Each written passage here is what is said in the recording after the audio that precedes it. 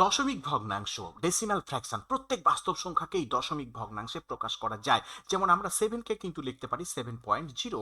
আমি যদি লিখি এখানে 7/2 তাহলে এটা ইকুয়াল টু লিখতে পারি 3.5।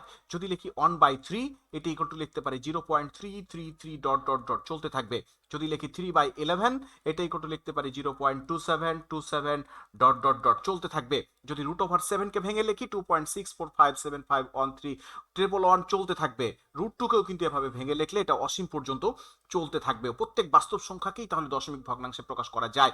এই দশমিক ভগ্নাংশগুলো আবার তিন প্রকার: সসীম, আবৃত এবং অসীম দশমিক ভগ্নাংশ।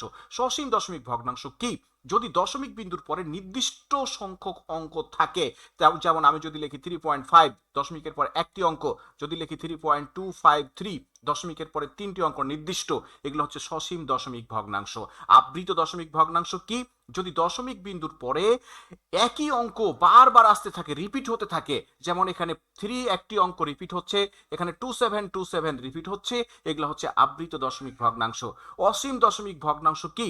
দশমিক বিন্দুর পরে যদি নির্দিষ্ট সংখ্যক অঙ্ক না থাকে, অসীম পর্যন্ত চলতে থাকে, কিন্তু আবৃত না হয়, আলাদা আলাদা আসতে থাকে, অসীম পর্যন্ত বিস্তৃত হয়, এগুলোকে বলবো অসীম দশমিক ভগ্নাংশ।